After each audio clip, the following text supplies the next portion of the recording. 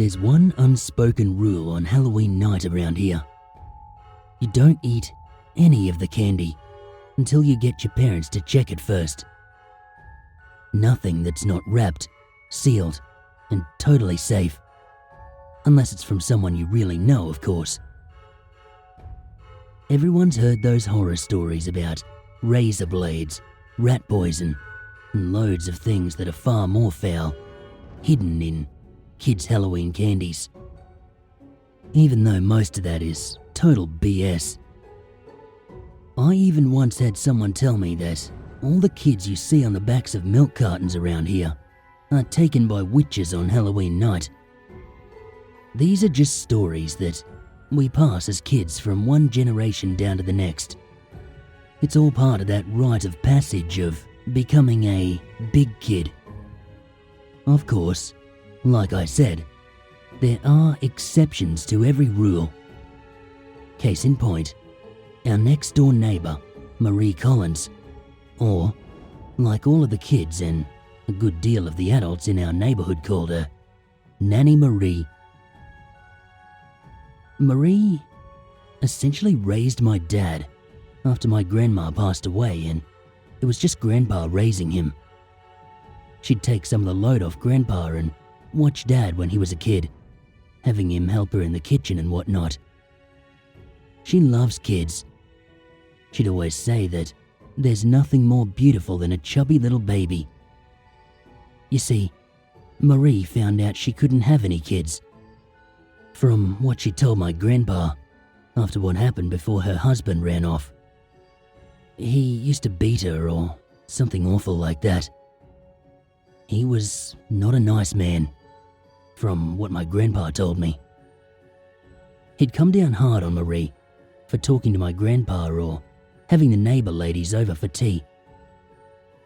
Grandpa went over once to return a sugar bowl, and he caught him beating up on her with the end of the belt with the buckle on it, and he pulled him off. Shortly after that, he ran off with a younger woman and a good bit of Marie's money that she'd put back from baking. He was pretty surprised at her tenacity after being left like that. She threw herself into her baking and her candies, and she became pretty well known for them. She was always the one to go to for a pie or for a cake and absolutely any sweet you could imagine. And it wouldn't cost you an arm and a leg like at some of the other specialty shops the next town over, either. She always outdid herself on all the major Christian holidays. But her most spectacular work was on Halloween. She made tons and tons of candies for all the neighborhood children, which were known to be stolen by their parents on occasion due to pure nostalgia. Most of the parents here, they grew up eating her candies, so they didn't see too much wrong with stealing a piece or two of the huge bags she'd send home with their kids on Halloween night. I mean, the whole neighborhood grew up craving it from November 1st onward. She'd make these buttery, salty, sweet popcorn balls that nobody could replicate. Tiny little pies in every flavor from custard to mincemeat, marshmallows, caramels, ribbon candies in a rainbow of colors, chocolate truffles, and, most importantly, her special candy corn. I know what you're thinking, but it tastes nothing like that awful store-bought corn syrup-laden junk that we all know and hate. Hers had the taste of buttery, chocolatey caramel with a taste that no one else could ever come close to. It was a happy Halloween indeed to the little boy or little girl who got themselves a bag of that candy corn.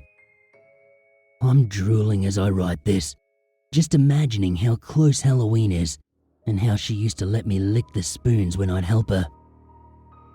The same treat that she'd always given my dad for helping her all those years ago. She said that that was my special present as her new little helper. I'd been helping Marie with her Halloween duties for the past several years, since she was in her late 80s and couldn't see too well.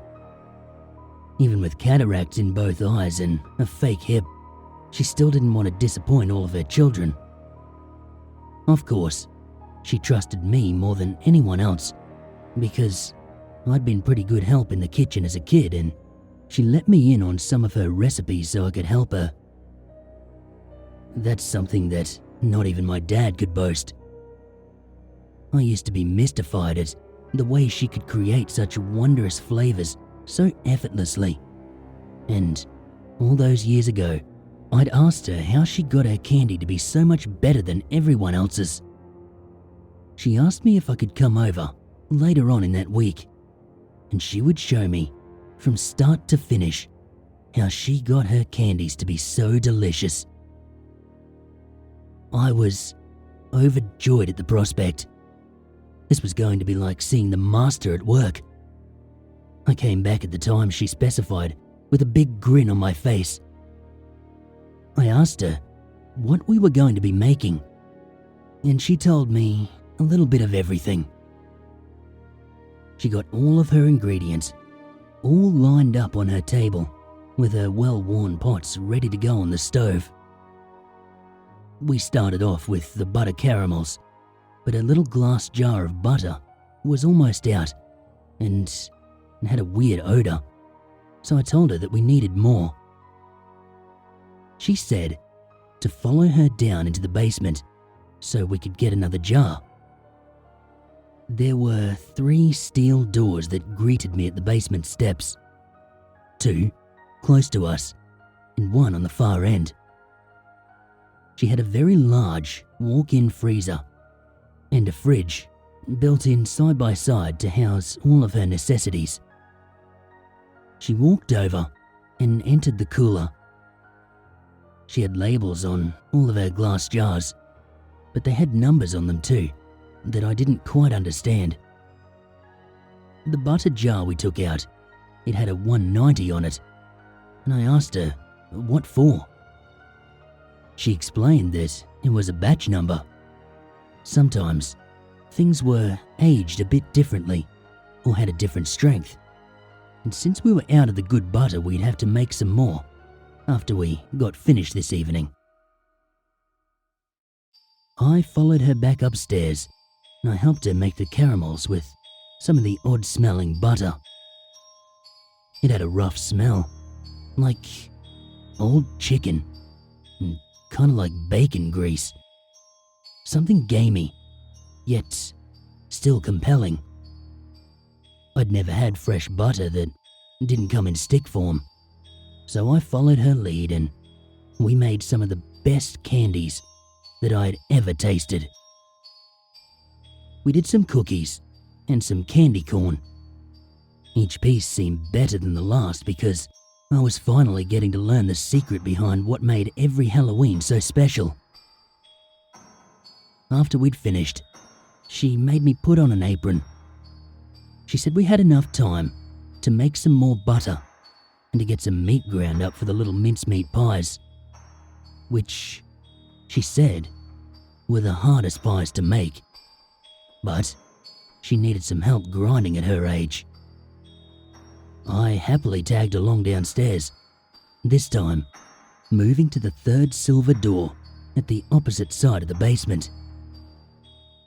This door, I noticed, had several latches on the outside, which I thought odd for a meat cooler. Stepping inside, I first noticed the chill in the room.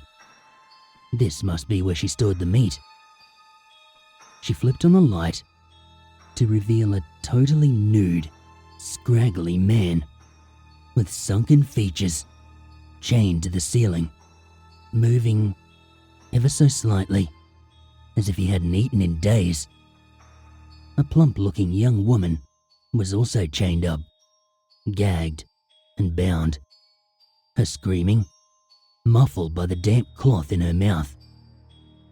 And beside the young woman, a body of undiscernible gender, chunks missing all over, a purple-blue color, cold, hardy maggots creeping over the eyes, blackened tongue, and opened mouth. "It's a pity when the meat goes bad before you've had a chance to use it," she said. At that point, I didn't know exactly what to do, but I remember sitting down to cry. She scooped me up and explained it all to me. "When we're hit with hard times, the Lord truly provides us, darling. A few nights before my husband departed, I told him that I was pregnant. All I'd wanted for years was a baby. He, for some reason, thought that I'd been fooling around with my good friend from next door, your grandpa, and he beat me so badly that I lost the baby. That baby was a miracle child, because I was told that I'd never be able to have one, and he stole it from me. In a fit of anger, I hit him over the head with a pan that I'd been washing the next night, and, well, it killed him. I didn't know what else to do, or how to get rid of what I'd done, but the Lord provided me with an answer. A man that's sour in life should, as punishment, be sweet in death. The Lord provided me. I used every part of him but the bones, and those were easily disposed of down here. The fat on a man can make the most wondrous butter you've ever tasted. The meat, better than steak, with none of the fat veins. Doesn't cost a penny. And it rids the world of abusers and trash. Never hurt anyone, and the neighborhood children got such enjoyment out of it. I couldn't stop after him. Offering to pay a junkie for a day's work will ensure he comes down here to fix a little old lady's refrigerator. Anything for that next fix, isn't it, darling?" With that last remark, she jabbed the man hanging from the ceiling, and tears rolled down his face as she sliced thin pieces of flesh off and put them in her bowl before cutting off hunks of meat while he screamed and begged and dropped them in a bucket. I stood there, wordlessly absorbing all of what was happening around me. She then directed me to the meat grinder with the bucket and showed me how easy it was to grind the tender meat into a more usable form, cutting it with sausage. She shut the door on the bleeding man's dying screams and walked me up the stairs to finish showing me how to make her pies. It's been a decade since that night. Marie passed last year, right after Halloween, to the lament of child and adult alike. The local paper said it's like she held on for just one more and did some boastful piece about how many years she'd lived in this town and what a love for the children she'd had. But did anyone really know her but me? Did anyone else ever really know what she kept inside of that basement? After all these years, I thought I'd write all of this out to tell her story. The woman behind the candy. The woman who made her namesake on more than just a cup of sugar and a lot of love. I felt like I should make sure this is all well written so that everyone can get to know the true Marie Collins and get to know what a person like her can teach the world. Earlier this evening, I saw this young girl walking alone by the road with the most gorgeous blue ribbon in her hair. A blue ribbon I thought would look just marvelous tied around a very special basket of candy.